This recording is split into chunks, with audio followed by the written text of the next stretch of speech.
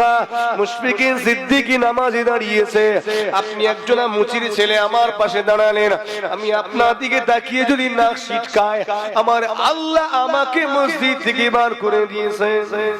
ঠিক বলছি না? এই মুশফিকিন, তুই বেরিয়ে, তুই বেরো। হাসপাকে যাবে না। আল্লাহ বলছেন বান্দা, মাথার ডিজাইন করা টুপিটা খুলে এসো, নকশা করা জামাটা রেখে আসো, তোমার দামি বুট জুতোটাকেও বাড়িতে ফেলে আসো। আমি আল্লাহ পাক আমার মেহমান হতে গেলে খালি মাথায় খালি পায়ে অথবা চটি পায়ে দুই টুকরা কাফনকে নিজের পোশাক বানিয়ে আসতে হবে। যদি আমার এই শর্তটা মেনে নিতে পারো, আমি আল্লাহ তোমাকে আমার মেহমান হিসাবে কবুল করে নেব, অন্যথায় তোমার মতো বান্দার আমার প্রয়োজন নাই। আল্লাহ সব কটাকে সমান অধিকার দিয়ে একে অপরের ইবাদতকারী ভাই বানিয়ে দিলেন। রাখাল অবাক হয়ে গেল। আমার নবী বলেন, তোমার সম্মানটাও বেড়ে যাবে। পারবে না? পারবে না? আপনারা বিরক্ত হচ্ছেন নাকি?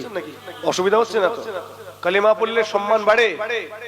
আমার নবী বললেন তোমার সম্মান বাড়বে। কি করে বাড়বে? 5 মিনিট আগে একজন কলেমা পড়েছে, তার সম্মান আর আপনার সম্মান, কার সম্মান বেশি? তাড়াতাড়ি বলেন, আমি সংক্ষেপ করে তাড়াতাড়ি শেষ করতে চাইছি। যে কার সম্মান বেশি? সমান। আচ্ছা, মুশফিকিন সিদ্দিকী কালেমা পড়া মানুষ, এটা বলছি আমি, আপনি জন্মগত কালেমা পড়া মানুষ, ও 5 মিনিট আগে কলেমা পড়েছে, বলছে সমান। মুশফিকিন সিদ্দিকী কালেমা পড়া মানুষ, আপনিও কালেমা পড়া মানুষ, বলেন কার সম্মান বেশি? আপনার নাম? সব চুপ করে আছে। কোন দিকে যাব? ওসব আমি আগে থেকে, উনি পরে থেকে, এইসব চলবে না ইসলামে। এই কালেমা পড়া ব্যক্তি তুমিও, সেও, মুশফিকিনও। কালেমা পড়া ব্যক্তি হিসাবে আপনার যে সম্মান, আমারও একই সম্মান। একবার জোরে হয় না? আস্তে করে। কালেমা পড়া ব্যক্তি হিসাবে আপনি জন্মগত কালেমা পড়া মানুষ হলেও আপনার যা সম্মান, 5 মিনিট আগে কালেমা পড়া ব্যক্তিটারও একই সম্মান। একবার জোরে হয় না? সুবহানাল্লাহ। পার্থক্য হবে আমালে। পার্থক্য কোথায় হবে? আমালে। যেমন কাজ করবে তেমন তুমি স্যালারি পাবে।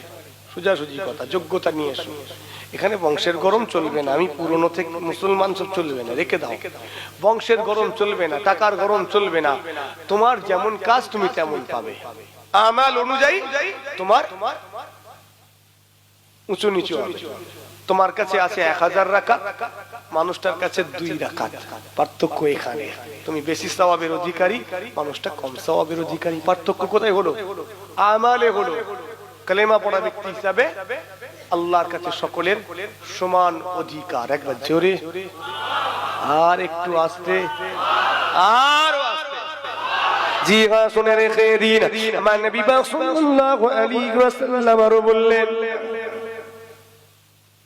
ও রাখাল শোনো শোনো শোনো, যদি তুমি কালেমা পড়ে নাও তোমার লাভ হলো তুমি সামাজিক নিরাপত্তা পাবে, তোমার উপরে জুলুম হবে না, অত্যাচার হবে না। কেউ যদি জুলুম করে অন্যান্য মুসলমানেরা তোমার হয়ে অন্যায়ের বিরুদ্ধে লড়াই করবে।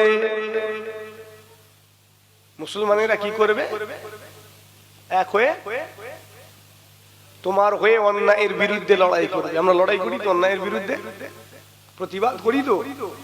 প্রতিবাদ করলে ভালো। যদি কেউ প্রতিবাদ না করে তার ঈমান থাকবে না। থাকবে? আল্লাহ নবী বলছেন, যখন অন্যায় দেখেছো তোমাকে প্রতিবাদ করতেই হবে। প্রতিবাদ করতেই হবে। প্রথমত কিভাবে প্রতিবাদ করবে? হাত দ্বারা রুখে দাঁড়াও। প্রথমে কি বললেন?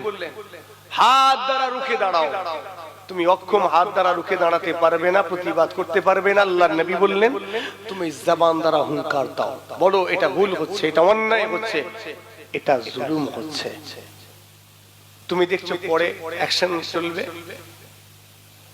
ভয় লাগছে, চুপ করে যাও, অন্তরে ঘৃণা করে দূরে সরে এসো।